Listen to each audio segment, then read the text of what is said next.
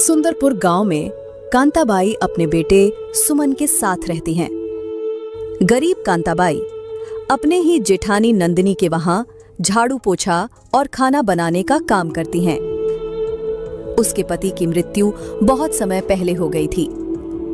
कांताबाई का बेटा सुमन 10वीं की परीक्षा देने वाला है, जो कि पढ़ाई में काफी होशियार था और पूरे मेहनत के साथ वे मन लगाकर अपनी पढ़ाई करता है। वहीं दूसरी ओर नंदिनी के बेटे राकेश भी 10वीं की परीक्षा देने वाले हैं, पर वो तो दिन भर मोबाइल में लगा रहता है और अपने माँ बाप की कोई भी बात नहीं सुनता है। बेटा काहे दिन भर मोबाइल देखते रहते हो? सामने बोर्ड की परीक्षा आ रहा है, तुम अगर नहीं पढ़ोगे तो पास कैसे हो पाओगे? हाँ बेटा, तुम अगर नहीं पढ़ोगे तो पास कैसे हो पाओगे?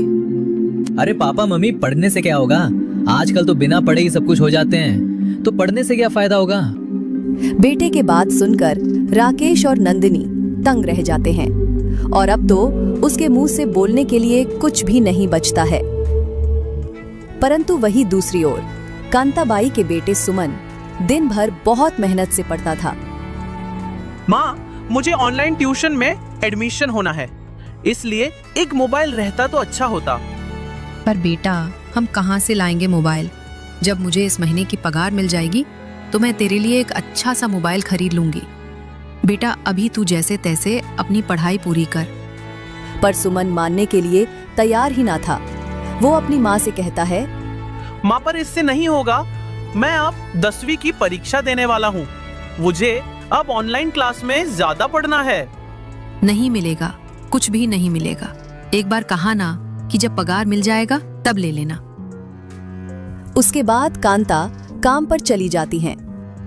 उसे भी अपने बेटे को डांटकर बहुत बुरा लगा, पर वो करेगी ही क्या? परिवार की आर्थिक स्थिति इतनी खराब है कि कोई भी चीज समय पर हासिल करना आसान नहीं होता है। सारा काम खत्म करके वो मालकिन के पास जाती है और कहती है, मेम साहब, वो मैं कह रहा था कि मुझे कुछ पैसों की जरूरत है। क्या बोली तुमने? पैसे? पैसे क्या पेड़ में उगते हैं? कुछ सोचे समझे नहीं, बस मुंह उठाकर चली आई पैसे मांगने। देखो कांता, महीने का पगार तो तुम्हें अंत में मिल जाता है। क्या तुम लोगों की आदत हो गई है बीच बीच में पैसे मांगने की? तुम्हें काम करना है तो करो, वरना मैं दूसरी काम वाली ढूंढ लूंगी। अरे नहीं नहीं मेम साहब, मैंने ऐसा कब कहा? वो बात दरअसल ये है कि मेरा ब्याह सुमन ऑनलाइन ट्यूशन में एडमिशन लेना चाहता है। उसके लिए मुझे कुछ पैसों की जरूरत थी, इसलिए मैंने सोचा कि क्यों ना आपसे मांगा जाए। आप मुझे दे देते तो अच्छा होता, बदले में आप इस महीने की पगार काट कर लेना। ये सुनकर तो नंदिनी और गुस्से हो जाते हैं और कहती हैं, क्या खुद की वकात नहीं है और सपने देखने लगे बड़े बड़े होटलों में पार्टी की? कांता, तुम्हें बुरा लगे या भला, लेकिन सच बोलने में कोई एतराज नहीं। तुम इतनी मेहनत से 2 पैसे कमाते हो, उन पैसे को अगर भविष्य में जोड़ोगे तो काम आएगा। क्या जरूरत है सुमन को ऑनलाइन ट्यूशन में पढ़ाने की? इतना पढ़ लिख कर तो कोई महान आदमी नहीं बनेगा। अरे यहाँ पर इतने सारे लोग बैठे हैं, किसी को तो कुछ नहीं मिल रहा है, और तुम जैसे गरीबों को इतनी जल्दी मिल जाएगा। नंदिनी की बात सुनकर कांता को बड़ा ही बुरा लगा। फिर एक बार के लिए उसने सोचा कि शायद मालकिन सही कह रही है। मेम साहब, शायद आपने सच्ची कहा। ये सब हमारे नसीब की बात नहीं है। तब काहे हम गलत बोले? हम तो तुम्हारे भले के लिए ही कहे। इन सब में फालतू पैसे खर्च करने से अच्छा है कि तुम अपने बेटे को हमारे यहाँ काम पर लगा दो, इससे तुम्हारा भी कुछ मदद मिल जाएगा। और वो अपने घर चली जाती है। अगले सुबह कांताबाई सुमन की स्कूल पर जाती है और प्रिंसिपल से कुछ बात करती है। प्रिंसिपल साहब, आपसे कुछ बात करनी थी। अरे हाँ हाँ, क्यों नहीं। साहब, वो मैं बोल रही थी कि मेरे बेटे सुमन है ना, वो और पढ़ना नहीं चाहता है, इसलिए आप उनका नाम रजिस्टर से हटा दीजिएगा। ऐसे कैसे पढ़ना नहीं चाहता? बहन जी, पता है आपको, आपके बेटे ने गणित में 100 में से 100 नंबर ले आए, तथा हिंदी और अंग्रेजी में भी कोई कम नहीं है। पूरे स्कूल में उसने टॉप कर दिखाया। वो तो भविष्य में कुछ बड़ा करेगा। ये सुनकर कांताबाई चौंक जाती है। क्या? सुमन नबी वर्ग में टॉप क्या है? उसने तो कभी मुझे बताया ही नहीं। बहन जी, इसलिए आप मेरी बात मानो, उसकी पढ़ाई मत छुड़वाओ। पहले तो उसकी आंखों से दुखी से आंसू बह रही थी, अब तो उसकी आंखों से खुशी के मारे आंसू बहाने लगी और फिर उसने तय कर लिया कि चाहे कुछ भी हो जाए, मैं अपने बेटे को पढ़ाऊंगी। उसके बाद कांता स्कूल से निकलकर अपने घर की ओर चली जाती है।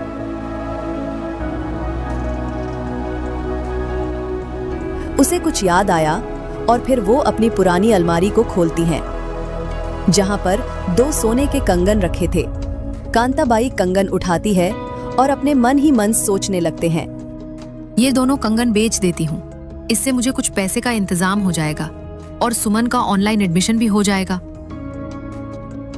वो बाजार जाते वक्त सोने की दुकान में अपने दोनों कंगन बेच देती हैं, क्योंकि वो उनके काम की नहीं थी, और उसके बदले में अपने नी बेटे को ऑनलाइन ट्यूशन में एडमिशन करा लेती है। सुमन को अब पढ़ने में थोड़ा आसान हुआ। वो इसी मेहनत से पढ़ने लगा और जब बोर्ड परीक्षा का रिजल्ट आया तो वो अच्छे नंबर लाकर पूरे स्कूल में अपना नाम रोशन करवाता है। इसलिए स्कूल की ओर से उसे उसकी माँ को बुलाकर ढेर सारी स्वागत किया जाता है और साथ ही उसे 1000 रुपए का इनाम भी दिया जाता है। खुशी के मारे दोनों माँ बेटे की आंखों से आंसू निकल आते हैं।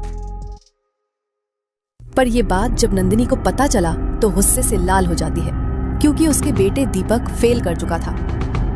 वकात देखो उसकी, मेरे मना करने पर भी उसके बेटे को ऑनलाइन क्लास में एडमिशन करा दिया, और तो और उसके बेटे ने टॉप कर दिखाया, वहीं मेरे बेटे फेल हो गया। मेरा अपमान कर उसे बहुत खुशी आ रही है ना। ऐसे ही दिन बीतता गया और सुमन 10वीं पास कर अब इंटरमीडिएट की परीक्षा दी। कुछ दिन बाद जब रिजल्ट आया तो फिर से सफल हो जाता है। सुमन खुशी खुशी रिजल्ट लेकर अपने घर आने लगा, पर जब घर पहुंचकर देखा तो उनकी सारी खुशी आंसू में बदल गई, क्योंकि उसने देखा कि उसकी माँ चारपाई पर बेहोश पड़ी है। माँ क्या हुआ तुम्हें? आंखें खोलो ना माँ, आंखें खोलो ना। उसकी माँ को कुछ हो ना जाए, इससे पहले वो जल्दी जल्दी अपनी माँ को तुरंत अस्पताल लेकर गया।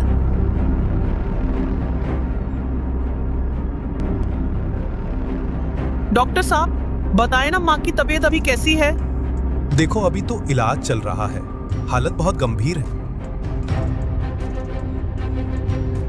तभी वहां पर एक नर्स आती है और कहती है, तुम ही सुमन हो ना? जाओ अभी काउंटर पर 1 लाख रुपए जमा कर दो, तभी आगे जाकर तुम्हारी माँ का इलाज हो पाएगा। क्या 1 लाख? ये सुनकर तो ही सुमन की होश उड़ जाते हैं। वो परेशान हो जाता है और सोचने लगता है कि आखिर कहाँ से इतना पैसा इकट्ठा करेंगे।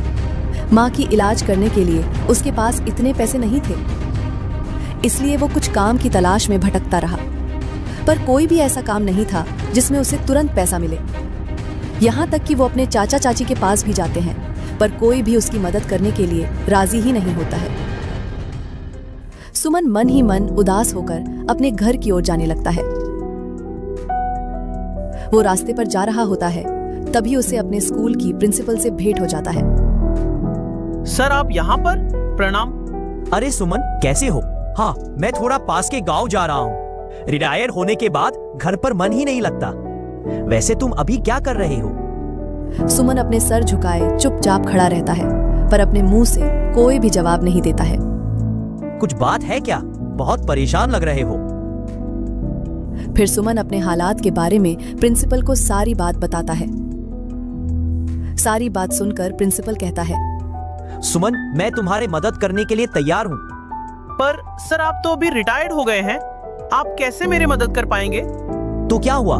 तुम हमारे स्कूल का जो इतना बड़ा नाम रोशन करवाया, तो हम तुम्हारे लिए इतनी छोटी सी सहायता नहीं कर पाएंगे। आओ हम साथ मिलकर पैसे इकट्ठे करेंगे।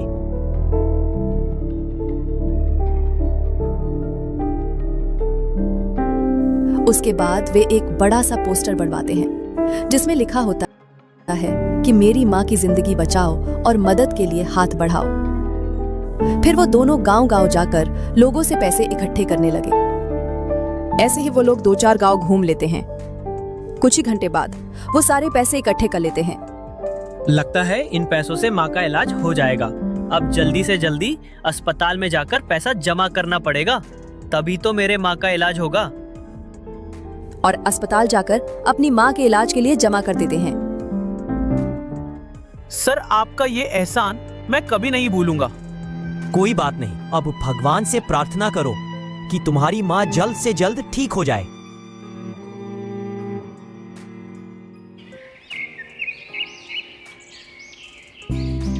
कुछ दिन बाद सुमन की माँ बिल्कुल ठीक हो जाती है।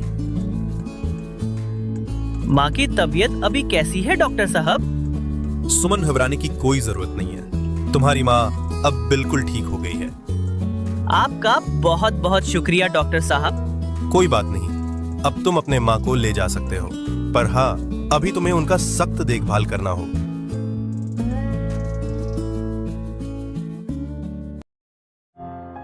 मामा, आप क्या कर रहे हो? डॉक्टर ने आपको अभी आराम करने के लिए कहा है। नहीं बेटा, मालकिन गुस्सा हो जाएगी, वहाँ काम पर जाना है। पर माँ, उसके लिए तो मैं हूँ ना, मैं काम पर जाता हूँ माँ। अरे बेटा, तुझे अभी पढ़ना है, तुझे आगे जाकर बहुत कुछ करना है। मुझे वो दिन अच्छी तरह से याद है जब तेरे प्रिंसिपल साहब ने मुझसे कहा था कि बहन, सुमन का पढ़ाई मत छुड़वाओ, वो पढ़ाई में सबसे चतुर है, और कहा था कि वो 2-2 बार स्कूल से टॉप किया है। परंतु सुमन अपनी जीद पर अड़ा रहता है और माँ से कहता है, वस्कर, हमारे किस्मत यही तक थे। जब भाग्य ही साथ ना दे तो मैं और पढ़कर ही क्या करूँगा। खैर छोड़ो, मेरे नसीब में ही कहा जो मैं इतना सोच रहा हूँ। उसके बाद सुमन अपना उदास सा चेहरा लेकर मालकिन के घर पर काम करने के लिए चली जाता है। सुमन को पढ़ाई छोड़कर काम पर ध्यान देना पड़ा। आखिर हालात ही ऐसा था।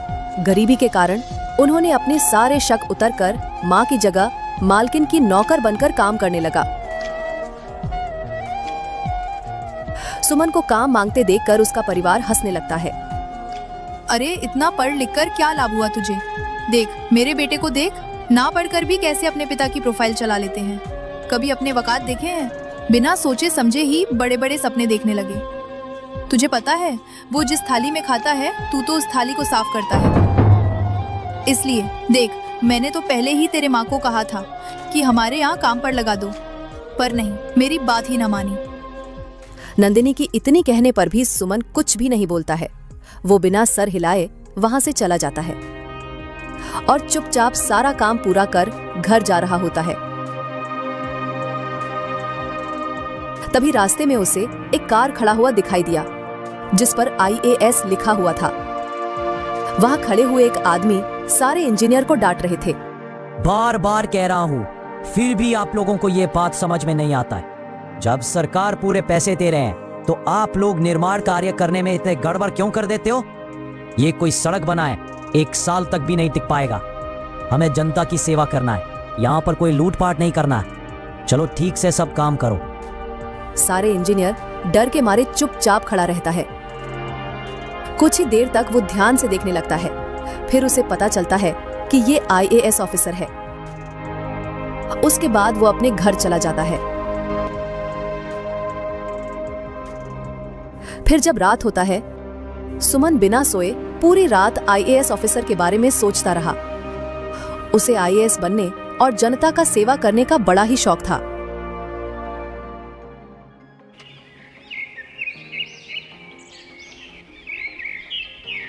अगले दिन वो फिर से नंदिनी के वहां काम करने के लिए निकल जाते हैं। सुमन काम तो कर रहा था, पर उसका ध्यान काम पर नहीं बल्कि दूसरी ओर था। नंदिनी दूर से ये देख रही होती है। उसे पता था कि सुमन का काम पर ध्यान नहीं बल्कि दूसरी जगह ध्यान है। वो तुरंत उसके सामने आया और उसे जोर से डांटने लगा। ये क्या, तू काम करने के लिए आता है या ध्यान करने के लिए? चुपचाप काम कर ले, वरना ऐसा हाल करेंगे कि मुंह दिखाने के लायक नहीं रहेगा। मालकिन, मैं काम पर ध्यान दूंगा। रोज की तरह काम कर जब घर लौटता है, उसकी माँ उससे कहने लगता है, आ गया मेरा बेटा। तभी सुमन को किसी का फोन आता है। वो फोन रिसीव किया तो पता चला कि आज उसका इंटरव्यू है। क्या? माँ, आज मेरा इंटरव्यू है। वाह, ये तो बहुत अच्छी बात है। सफल हो पाऊंगा तभी तो अच्छा होगा। मुझे बहुत भय हो रहा है। सब सफल हो जाएगा, सिर्फ भगवान से प्रार्थना कर और मैं तो सदा तेरे साथ हूँ। सुमन इंटरव्यू देता है और अपनी मेहनत पर रंग लाता है। उसे जब पूछा जाता है कि आखिरकार इस पूरे मेहनत के पीछे तुम्हारे साथ कौन है, तो वो बताता है, इसकी एक ही वजह है, वो है मेरी माँ। वही मेरा सब कुछ है, वही मेरा प्रेरणा है, वही मेरे जिंदगी का एक कीमत सिखाया है। उसी के लिए ही मैं इतना कर पाया। इंटरव्यू जब खत्म हो जाता है तो सुमन अपने घर आ जाता है और माँ को सारी बात बताता है। कुछ दिन बाद अखबारों में खबर छप जाते हैं, सुमन को IAS बनने का सिलेक्शन हो जाता है। नौकरी की खबर सुनकर माँ की आंखों से खुशी के मारे आंसू निकल आते हैं, क्योंकि उसके सारे सपने अब सच होने वाले हैं। जब IAS की पोशाक पहनकर बेटे अपने घर पर आता है तो कांता उसे देखते ही रह जाती है। बेटा, आज मैं बहुत खुश हूँ। सच में प्रभु हमारे मेहनत पर रंग लाए। हाँ माँ, और इस सब के पीछे तेरी ही तो हाथ है। एक समय था जब उनके पास 2 वक्त का खाना नहीं होता, पढ़ने के लिए अच्छी किताबें नहीं होती, फिर भी कोई उनकी मदद के लिए राजी नहीं होता। आज वही लड़का खुद की मेहनत से IAS अफसर बन गया और जनता की सेवा करने के लिए मुग्ध रहा।